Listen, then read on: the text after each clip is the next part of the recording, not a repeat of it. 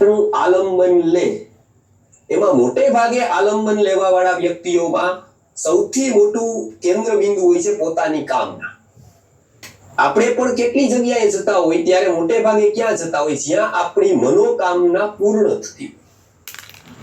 અધ્યાત્મ એવું કહે છે કે મનોકામના પૂર્ણ તો રસ્તા ઉપરની કેટલી બધી દુકાનો તમારી કરી, પણ મનોકામના પૂરી કરી દેજે, મનની કામના જ પૂર્ણ કરી દે, એ સૌથી શ્રેષ્ઠ ઉપાય છે. કેમ કે આપણને ખંજોળ આવે અને આપણી જ બાજુમાં વૈજ્ઞાનિક હોય, આપણો જ દીકરો વૈજ્ઞાનિક હોય કે જેને ખંજોળની સારામાં સારી દવા ખબર હોય, છતાં પણ ક્યાં સુધી આપણી દવા કરે?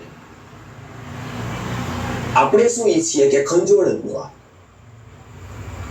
આપણે શું માગીએ? ખંજોળના સાધનો ન માગીએ કે મને એક દાંતીઓ આપી દો, મને એક કોઈ વસ્તુ આપી દો જેનાથી હું આખો દિવસ ખંજોળે જ રાખું, ખંજોળે જ રાખું, એવું માગે કોઈ? એવું ન માગે. શું કાપે કે ખુજલી જ મટી જાય. જો ખંજોળ જ મટી જાય તો સાધનોની કઈ જરૂર નથી. પણ આપણે શું કરીએ છીએ કે મનની કામના છે એ ખંજોળ છે, એ પૂરી કરવા માટે કેટલી બધી વસ્તુ આપણે જોઈએ. સવારથી સાંજનું લિસ્ટ બને તો કેટલી બધી વસ્તુઓ જોઈએ, એમાંથી એક પણ વસ્તુ વગર આપણે ચાલે. એટલે એટલી વસ્તુની અધીનતા વધતી છે. ખાવા પીવામાં પેલા 2-3 વસ્તુ હતી, હવે 25-30 આઈટમ એકમાં જ. તૈયાર થવામાં એટલી વસ્તુ હોય, ક્રીમો એટલા પ્રકારના હોય, તેલો એટલા પ્રકારના હોય, એટલા પ્રકારના કપડા હોય, હરેક વખતે નવા હોય, કેટલી બધી વસ્તુ.